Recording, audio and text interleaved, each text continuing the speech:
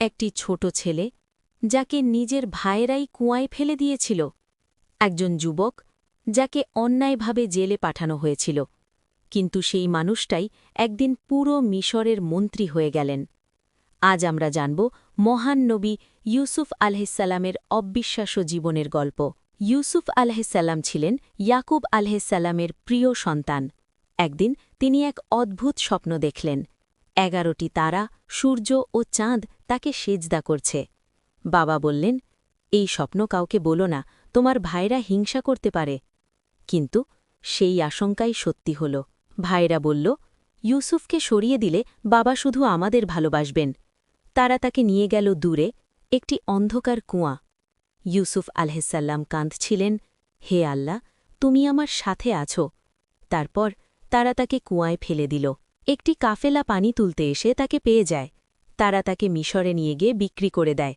এক ধনী ব্যক্তি তাকে কিনে নেয় এবং বলে, এই ছেলেটিকে ভালোভাবে রাখো, হয়তো সে আমাদের উপকারে আসবে। ইউসুফ আলাহিসাল্লাম ধীরে ধীরে বড় হতে লাগলেন। আল্লাহ তাকে জ্ঞান ও সৌন্দর্য দিলেন। একদিন বড় পরীক্ষা এল।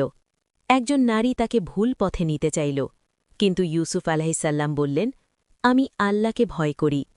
মিথ্যা অভিযোগে তাকে জেলে পাঠানো হল। জেলেও তিনি দাওয়াত দিতে লাগলেন যে আল্লাহই একমাত্র উপাস্য। জেলে তিনি 2 বন্দীর স্বপ্ন ব্যাখ্যা করলেন, যা পরে সত্যি হল। একদিন মিশরের রাজা অদ্ভুত স্বপ্ন দেখলেন, কেউ বুঝাতে পারছিল না। তখন ইউসুফ আলাহিসাল্লামকে আনা হল। তিনি বললেন, 7 বছর ভালো ফলন হবে, তারপর 7 বছর দুর্ভিক্ষ আসবে। রাজা খুব খুশি হয়ে বললেন, তুমি আজ থেকে দেশের দায়িত্বে থাকবে।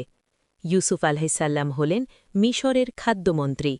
তিনি মানুষকে দুর্ভিক্ষ থেকে বাঁচালেন। একদিন তার ভাইয়েরা সাহায্যের জন্য এলো। তারা তাকে চিনতে পারেনি, কিন্তু ইউসুফ আলাহিসাল্লাম চিনে ফেললেন। তিনি বললেন, আজ তোমাদের কোনো শাস্তি নেই, আল্লাহ তোমাদের ক্ষমা করুন। শেষে তার স্বপ্ন সত্যি হল। সবাই তার সামনে সম্মান জানাল।